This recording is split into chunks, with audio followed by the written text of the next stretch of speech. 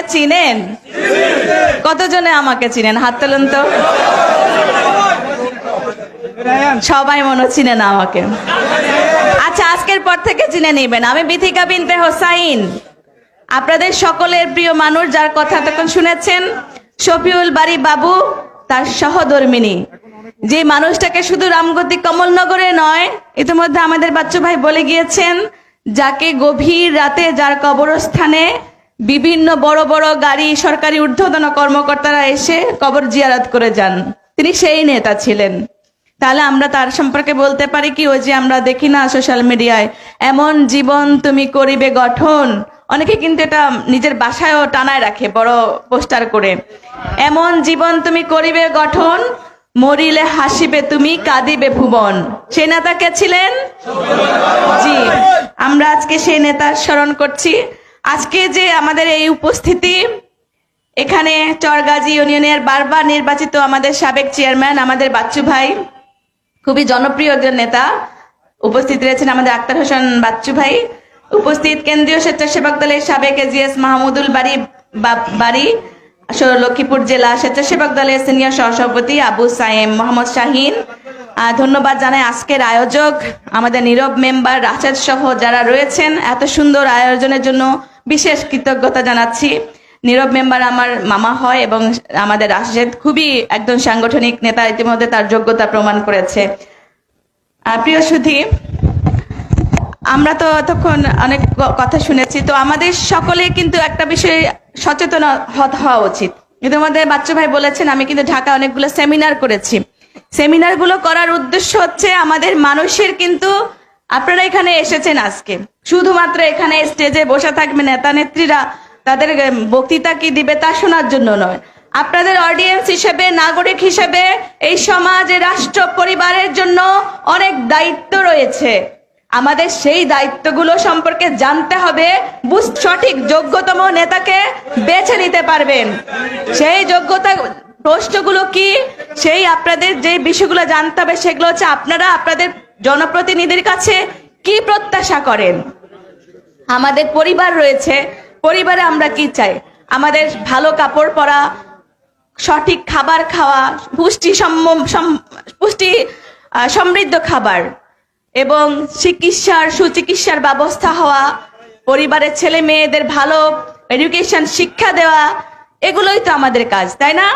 জানা, এবং রাষ্ট্র থেকে, সমাজ থেকে আমাদের যাদেরকে প্রতিনিধি নির্বাচিত করি, তাদের কাছ থেকে আমরা এইসব জিনিস কি সঠিকভাবে ন্যায্য হিসাব বুঝে নিব। তখন আপনাদের যে প্রতিনিধিরা নির্বাচিত হবেন, সেটা শুধু এমপি না, মেম্বার, চেয়ারম্যান যারা নির্বাচিত হবেন, সকলের কাছ থেকে জবাবদিহিতা আদায় করতে হবে। যখন জনগণ শক্তিশালী হবে, তখন কিন্তু রাষ্ট্রের সিস্টেমও শক্তিশালী হয়।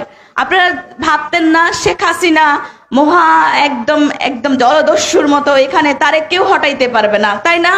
তাই আপনারা বিশ্বাস করতেন না, কিন্তু জনগণ যখন সচেতন হয়েছে, তার বিরুদ্ধে দাঁড়িয়েছে, সে অন্যায় কি রুখে দিয়েছে না? এই জনগণের শক্তি হচ্ছে সর্বোচ্চ শক্তি। তার আগে আপনাদের রাইট সম্পর্কে, আপনাদের অধিকার সম্পর্কে জানতে হবে, তারপর প্রতিনিধিদের কাছে সেই অভিজ্ঞতায় সেই দাবিগুলো জানতে হবে। তারপর যখন তাদের সেই দাবি পূরণ না করবে, যে আমাদের রাস্তাঘাট কত সমস্যা হয়ে থাকে, এখানে নদী কবলিত ভাঙ্গা অনেক নদী ভাঙ্গা মানুষ রয়েছে, এখানকার জনপ্রতিনিধিদের প্রথম দায়িত্ব কি ছিল? নদী ভাঙ্গা রোধ করার জন্য সর্বোচ্চ কাজ করা, তাই না? সেটাই প্রায়োরিটি ছিল। কিন্তু যখন মানুষ ক্ষমতায় পায়, নির্বাচিত হয়, তখন শুধু একটা চিন্তাই করে, তার দামি গাড়ি কিনতে হবে, দামি বাড়ি করতে হবে, বিদেশে 3-4টা বাড়ি করতে হবে। আমরা এটা দেখেছিলাম না? আমরা দেখেছি এটা বিগত স্বৈরাচার শাসন আমলে, আমরা এরকম ব্যবস্থাটাই দেখেছি। তারপরে কিন্তু সেই স্বৈরাচারকে আমরা হটিয়েছি, জনগণ রুখে দিয়েছে। তাই পরবর্তীতে আর কেউ এইরকম ষড়যন্ত্র, এরকম অসৎ কাজ আর জনগণের সাথে করতে পারবে না, ইনশাআল্লাহ। আপনারা সকলে ঠিক আছেন তো? ভালো আছেন তো? ইলেকট্রিসিটি চলে গিয়েছে? আচ্ছা, সকলে আমরা যদি মোবাইলের লাইট গুলা জ্বালা রাখি, তাহলে কিন্তু ভালো দেখা যাবে। সবাই মোবাইলের লাইট গুলা জ্বালায় একটু উঁচা করে ধরেন, কষ্ট হবে একটু। আমাদের সকলকে ঐক্যবদ্ধ থাকতে হবে। আজকে আমাদের মীর আক্তার হোসেন বাচ্চু ভাই বিএনপির সর্বপ্রথম এখানে বিএনপির চেয়ারম্যান নির্বাচিত হয়েছেন। তাদের যেই যোগ্যতা, এই যোগ্যতাকে মূল্যায়ন করতে হবে।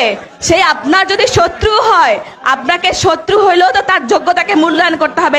যোগ্যতাকে যারা অবমূল্যায়ন করবে তাদেরকে রুখে দিতে হবে, হবে তো? কারণ আমাদের সমাজকে, আমাদের রাষ্ট্রকে ভালো কিছু দেওয়ার জন্য যোগ্যতম মানুষগুলোকে যোগ্যতম স্থানে জায়গা করে দিতে হবে। যারা সেইখানে ষড়যন্ত্র করবে সেইখানে তাদেরকে রুখে দিতে হবে। বন্ধুরা, আমরা জিয়া পরিবারের রাজনীতি করি। জিয়া পরিবার এই দেশের রাজনীতি করতেন, আর সেই কারণে যুগে যুগে যত ষড়যন্ত্র হয়েছে, একটা পরিবার এখনো বেঁচে আছে, সে সম্মানের সাথে মাথা উঁচু করে দাঁড়িয়ে আছে। সে কোন পরিবার? জিয়া পরিবার। স্বৈরাচার এরশাদ কই আছে? নাই। শেখ হাসিনা আছে? শেখ মুজিবুর রহমান আছে? তাহলে কি স্বচ্ছতার সাথে, ন্যায়ের সাথে, আদর্শের সাথে যারা জনমানুষের কল্যাণের রাজনীতি করবে তারাই পৃথিবীতে, বাংলাদেশে কিংবা সমাজে, রাষ্ট্রে প্রতিষ্ঠিত হবে, তারাই দীর্ঘদিন বেঁচে থাকবে। আর আমরা সেই রাজনীতি বিশ্বাস করি, জনগণের রাজনীতিতে বিশ্বাস করি। জনগণের অধিকার প্রতিষ্ঠিত করবার জন্য আমরা সেই রাজনীতি প্রতিষ্ঠিত করতে চাই। সেই রাজনীতি মানুষের অধিকারকে সম্পর্কে আমরা বিশ্বাস করতে চাই। নিজের ক্ষমতা, নেতাগিরি, এইসব আমি পছন্দ করি না ভাই। আমি খুবই সাধারণ মানুষ, আপনাদের কারো বোন, কারো ভাবি, কারো মায়ের মতো, কারো মেয়ের মতো। রাষ্ট্র পরিচালনার দায়ভার মহান আল্লাহ কাউকে দিয়ে থাকেন। এইটা নিয়ে মানুষের বাহাদুরি করার কিছু নাই। তোমাকে দায়িত্ব দিয়েছে মানুষের সেবা করার জন্য। মানুষের স্কুলের টিচার থাকে না? টিচার থাকে কি জন্য? বাচ্চাদের ভালো করে লেখাপড়ার দায়িত্ব নেবার জন্য। এরকম এলাকার মেম্বার, চেয়ারম্যান, এমপি হচ্ছেন সেই রকম একজন শিক্ষক কিংবা প্রতিনিধি, যার দায়িত্ব হচ্ছে এই মানুষের যত সমস্যা রয়েছে সেই সমস্যাগুলোকে দেখভাল করার জন্য। দামি গাড়ি, বাড়ি, বিদেশ সফর, ওই যে বড় বড় বাড়ি, বিদেশে দুর্নীতিবাজি করা, রাষ্ট্রের যে বরাদ্দ থাকে জনগণের জন্য সেগুলা নিজের কর্মীদের কাছে বন্টন করা কিন্তু রাজনীতি নয় বন্ধুরা। আমরা সেটা বিশ্বাস করি, আর আমরা সেটাকে বাস্তবায়িত করবো ইনশাআল্লাহ। আর এটা বাস্তবায়ন করার জন্য আপনাদের পাশে আমি থাকতে চাই। আপনারা কে কে আমার পাশে থাকতে চান? ইনশাআল্লাহ আমরা সবাই একসাথে কাজ করব, ঐক্যবদ্ধভাবে, সকল ষড়যন্ত্র, সকল বিভেদ মুক্ত করে আমরা ঐক্যবদ্ধ থাকবো। কারণ সুদৃঢ় ঐক্য রুখে দিতে পারে সকল ষড়যন্ত্র। প্রিয় বন্ধুরা, আমাদের ভারপ্রাপ্ত চেয়ারম্যান তারেক রহমান অনেক ভাবনা, চিন্তা ভাবনা রয়েছে আপনাদের জন্য। তিনি অনেকগুলো বিষয় নিয়ে কাজ করছেন। আমাদেরকে বলেছেন এত বড় সমাবেশ নয়, জনগণের পাশে যাও, কথা বলো, তার যে কথাগুলো আছে সেগুলো পৌঁছে দাও। আমরা ইতিমধ্যে কয়েকটি জনসভায়, বিভিন্ন দোকানে, বিভিন্ন মানুষের সাথে